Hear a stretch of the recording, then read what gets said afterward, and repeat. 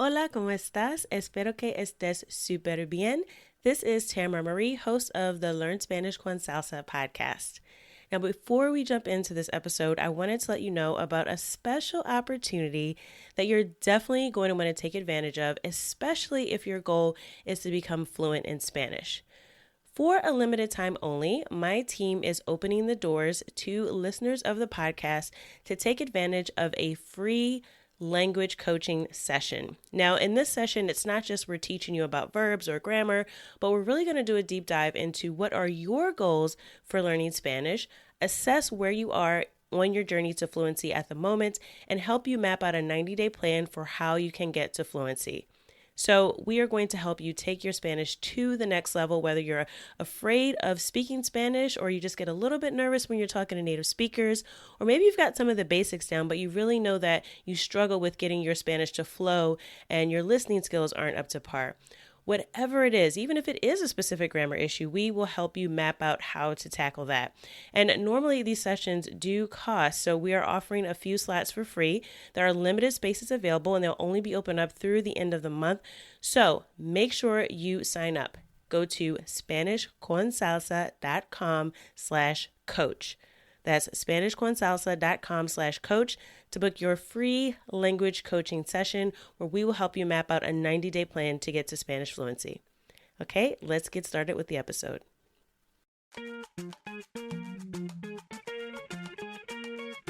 Bienvenidos! Welcome to the Learn Spanish con Salsa podcast, the show for Spanish learners that love music, travel, and culture.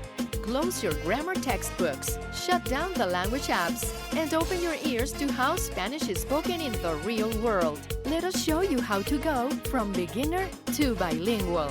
Here is your host, certified language coach, Tamara Marie. Hola, bienvenidos al episodio 150. Welcome to episode 150 of the Learn Spanish con Salsa podcast. In this episode of the podcast, I'm going to help you solve a very common problem that I talked about a few weeks ago on the podcast. And that's when you're having conversations in Spanish and maybe you don't have a whole lot of vocabulary. You want to let the person that you're talking to know that you hear them, that you agree with them, that you're listening, and you want to respond in the affirmative, right? You want to say something positive. What usually happens to a lot of beginners, or even if you're intermediate and you're just not used to having conversations on a regular basis in Spanish, right? Because maybe you've done a lot of learning through books and through apps and through programs, but you haven't had a lot of time put into having conversations with real people. What happens is you start to notice that you have a few holes in your vocabulary, and not for major things, but for very basic, simple things that you say in everyday conversation that are just missing because it never occurred to you that you needed to know how to say them in Spanish. And one of the very common ones is just the word yes, right? And in English, if you think about it, we don't say yes very often all by itself when we're in the middle of a real conversation with a real human being. It's not something we say commonly.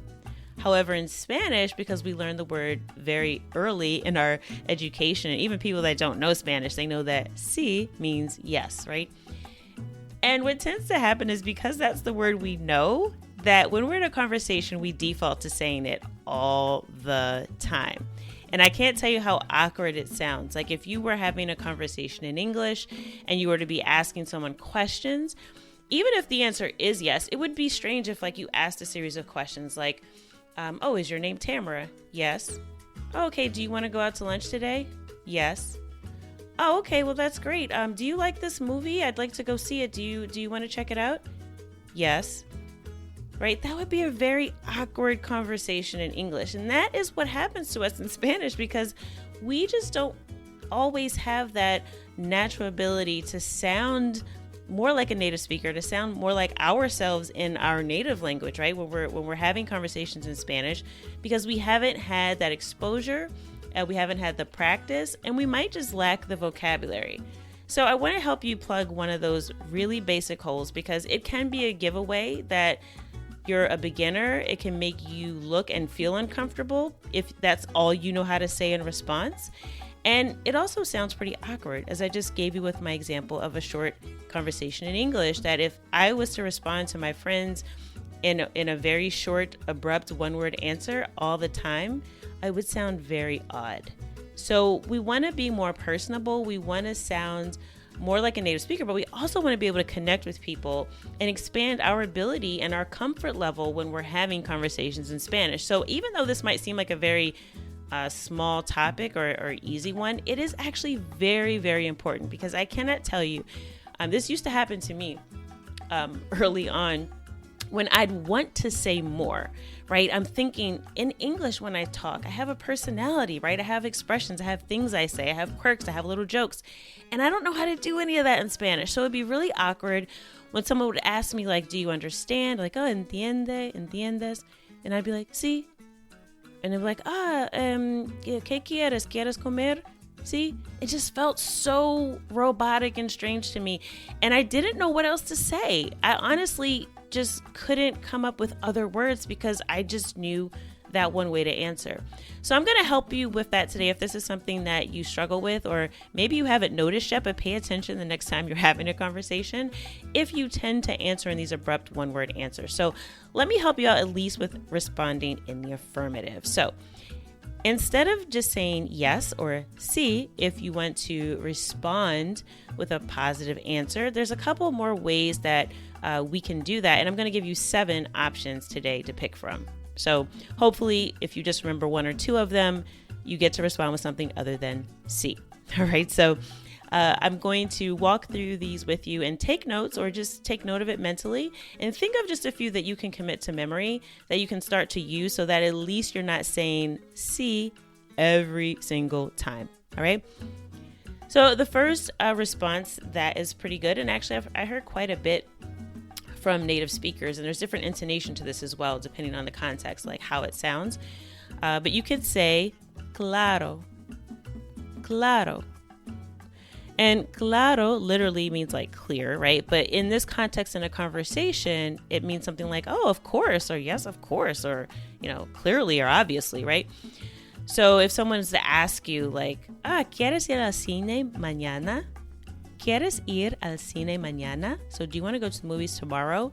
Instead of saying sí, you could say sí, claro, vamos. Or you could say claro, right? So that's another option that you have. Going along with claro, or something else you can say to say yes instead of just saying sí, is you can say creo que sí. Creo que sí. And creo que sí literally means I believe that is the case, or I believe that's true, something like that. But it really just means like I think so, right? So in Spanish, the verb creer is to believe. And if you think about this, we say that in English too, right? When someone says, are you going to the store? I think so. I think I might go later, right? You might not be 100% sure of your plans yet, but you're still saying more than likely that you're going to go. I believe so would be a more formal way of saying it, but the idea is the same. So instead of just kind of saying sí, right, you can just say claro que sí. I'm sorry, you can say creo que sí. You can also say claro que sí. So there's another one. There's a bonus I just gave you. Claro que sí is like, another way of emphasizing, oh, yes, of course, right? But you can also say creo que sí. Creo que sí. So I believe so, or I think so. I believe that's the case. I think that's right. That's kind of the idea behind creo que sí. So that's a very common one that you'll hear, and you can also use that. It does mean that maybe you're not 100% sure, but usually when people say that, they're just saying yes. So creo que sí is another good one to use. Another thing that you can say when you want to respond in the affirmative or positively without saying sí, just saying that, you can say something like exacto, exacto, which means exactly, right? So if someone was to say to you, ¿te gusta correr más que jugar fútbol? So do you like to run more than you like playing football? You say, oh, exacto, or football, soccer. Or if someone's asking for your opinion, or they're asking you to clarify something, you can use this. So, and it's also kind of the way you say it, right? Same thing with claro, right? Sometimes if someone is to ask you, especially if it's something like about an opinion that you have or something you may feel strongly about, or you just want to show some enthusiasm, these are words that you can use that go beyond just saying yes. So think about if someone was to say to you in English, do you want to go to the movies? You say yes, right? Not very enthusiastic. But if I say, ¿quieres ir al cine? And I say, claro. You want to go to the movies? Of course, right? There's a little more enthusiasm. Same thing with exacto. Usually I would use this if I'm like really trying to confirm for the person that what they said is like exactly how I feel. Like you hit the mark, right? So if someone says something like, trying to think of a good example here. But really anything, right? Like, so if like in the example I gave earlier about, do you like to run more than you like to play a sport like football or soccer? But you can say exacto, right? Like, yes, that's it exactly. You got it. You hit the nail on the head. So that's kind of the spirit behind it. So you wouldn't just go exacto, claro. You'd be like, oh, claro, exacto, exacto. Like that's exactly right. That's it. So that's kind of the spirit of it. Okay. So I've given you a couple so far. I've given you claro, creo que sí. And also as a bonus, claro que sí. Exacto. And so the next one is así es. Así es. So that, again, these are things you don't want to try to think about translating word for word, because it's something like, oh, that's the way it is, or it's that way. But in conversational context, así es is like saying that's right. So you're really, again, showing a little bit more confirmation that what the person is saying is on track with like what you're thinking. So, for example, someone's asking a question, ¿Tu hermana viene a visitar mañana? ¿Tu hermana viene a visitar mañana? So it's really asking, oh, your sister's coming to visit tomorrow, right? Like they're asking you to confirm, is your sister coming to visit tomorrow? You could say, así es, like that's right, like she sure is. So again, this is another way to say yes without just going sí. So así es something that you'll hear. You're like, oh, that's right, así es. That's the way it is. So that's a good one to know as well. All right. Another one that you can say is estoy de acuerdo. Estoy de acuerdo. And that literally means I am in agreement or I agree with you. Or you can simply just say de acuerdo. It's like saying okay. Same kind of thing. So again, this is like someone's asking you a question. For example, if I was to say, yo creo que Pablo está enojado con su novia. Yo creo que Pablo está enojado con su novia. So I think Pablo's a little upset with his girlfriend. I think he's angry with her. And then I could say, estoy de acuerdo. So like I agree with you. Like I've been watching him and I think the same thing, right? So again, estoy de acuerdo. De acuerdo is like okay, or I agree with you. Another way that you can say yes, or again showing that you agree with someone, is you could say tienes razón. Tienes razón. So you're telling the person, hey, you're right. So someone says, este programa es muy aburrido. You can say, tienes razón. So, like, I think this program is really boring. And you're like, you know what? You're right. Okay? So, again, that's a way to kind of express agreement with something that someone is saying. And I think it's a good one to have, right? Because, again, you don't want to just be sitting there saying yes all the time, right? And the last one I'll give you, and this one I like, it's similar to claro. But it also it's more of an endearing way of saying yes. It makes people kind of feel like, oh, okay, like, yeah, right. So I'm not, they really are on the same page with me. And that's por supuesto. Por supuesto. Which again, we're not going to translate this word for word. It means of course, right? So it's very similar to claro in this way. So if I say to someone, ¿vas a cenar conmigo? ¿Vas a cenar conmigo? So you're going to have dinner with me? Por supuesto. Of course. Like, of course I'm going to hang out with you, right? It feels a little bit better than if someone would say, ¿vas a cenar conmigo? Sí. Like, yeah, I'll eat with you. Like, it's weird, right? So, ¿vas a cenar conmigo? Por supuesto. And to make it even, more emphasis, like just like with claro, You can also say por supuesto que sí, but por supuesto is sufficient, right? So I think that was 7, right? Let's go through the list. So here's some things you can say besides just saying sí when you want to say yes or express agreement in español. You can say claro, claro que sí, creo que sí, exacto, así es, estoy de acuerdo o de acuerdo, tienes razón, or por supuesto. So I hope that this has been helpful. If you want to take a note of these, right, I definitely recommend that you write a few of these down, pick 2 or 3, commit them to memory, and then next time you're having a conversation, be mindful of this. Pay attention to opportunities where you can use one of these instead of just saying sí.